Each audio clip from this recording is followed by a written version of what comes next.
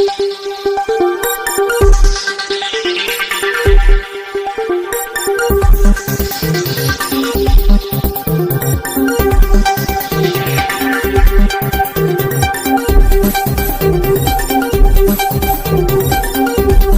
नगरी अयोध्या में 10,000 मंदिरों में आज गुरु पूर्णिमा का पर्व धूमधाम से मनाया गया। श्रद्धालु सुबह से ही सरयू में आस्था की डुबकी लगाई और करीब 2 लाख भक्त अपने गुरु स्थानों में गुरुदेव का पूजन कर रामलला, हनुमानगढ़ी और नागेश्वरनाथ आदि मंदिरों के दर्शन पूजन किए। दूर दराज से आए हुए शिष्य अपने गुरु के पास पहुंचकर आशीर्वाद प्राप्त किया। दरअसल 22 जनवरी को भगवान रामलला की प्राण प्रतिष्ठा के बाद यहाँ पहला गुरु पूर्णिमा का पर्व धूमधाम से मनाया गया। इस दौरान मंदिरों के संत और महंतों की माने तो गुरु पूर्णिमा के पर्व पर सभी शिष्य अपने गुरुओं की पूजा करते हैं और उनसे आशीर्वाद लेते हैं। यह गुरुओं का कर्तव्य है कि वो अपने शिष्यों को ज्ञान दें। इस त्यौहार का बड़ा महत्व है। इस पर्व को गुरु पूजन कर मनाएं। गुरु पूर्णिमा, व्यास पूर्णिमा गुरु शिष्य की परंपरा हमारे अयोध्या धाम में अनादिकाल से चली आ रही है। मन शत्रुपा के समय से अपने अपने भक्त जो हैं अपने अपने गुरुओं की पूजा करते हैं। हमारी रामानंदाचार्य की परंपरा है। बलि छावनी श्री 1008 श्री रघुनाथ दास जी महाराज, फिर जगन्नाथ दास जी महाराज, फिर ईश्वर दास जी महाराज, फिर हमारे इधर परमहंस बेनी माधव जी महाराज, फिर उनके बाद अनंत भूषी श्री परमहंस श्री रामंकर दास जी महाराज, फिर उनके बाद स्वामी श्री रामदास जी महाराज। पूजा होती है, अपने अपने शिष्य जो अपने गुरु की पूजा करते हैं। भोजन भंडारा होता है, अच्छे पकवान पदार्थ बनते हैं जो भगवान का भोग लगता है। क्योंकि हमारे वशिष्ठ जी और राम जी का जैसा संबंध है वैसे यहाँ पर सभी भक्तों का गुरु से अपना संबंध है। धाम अयोध्या है, पूरे विश्व में गुरु शिष्य के नाम से जुड़ी हुई है।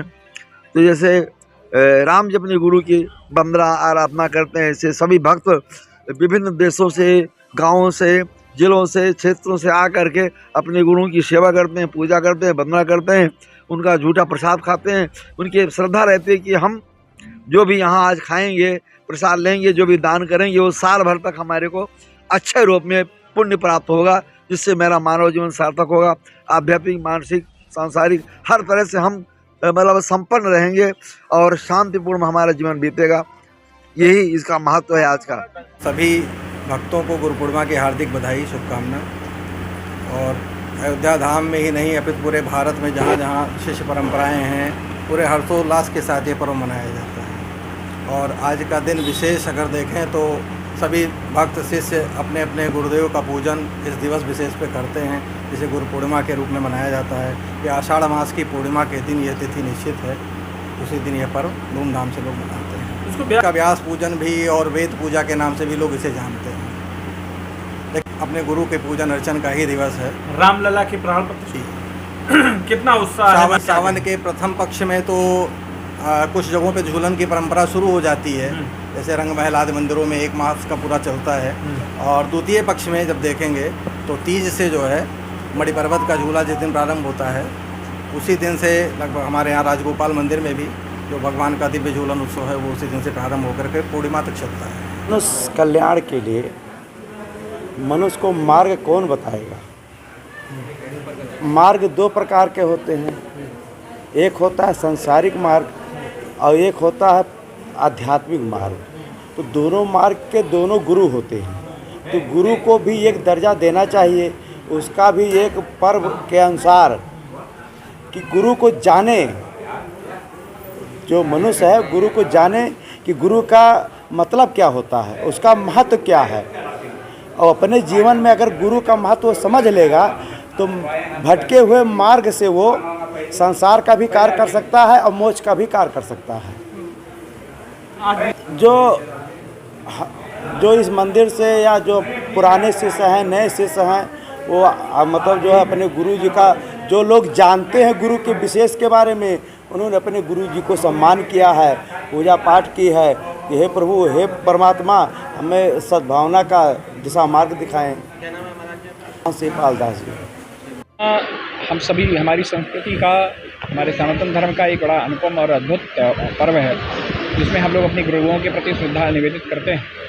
अपने गुरु से की दी गई हुई सीख, और चूँकि चतुर्मास प्रारंभ होता है तो अपने गुरुओं से दी गई दीक्षा और उनकी सीख को अपने जीवन में कैसे उतारें और अपने गुरुओं के आशीर्वाद से कैसे उस पे आगे बढ़ें, इसके लिए गुरु पूर्णिमा का बहुत महत्व है। और आज भगवान व्यास की, महर्षि व्यास की भी जन्म जयंती मनाई जाती है। उस दिन भगवान व्यास ने चारों वेदों को संहिताबद्ध किया, 18 पुराण जैसी महानिधि मानवता को सौंपी।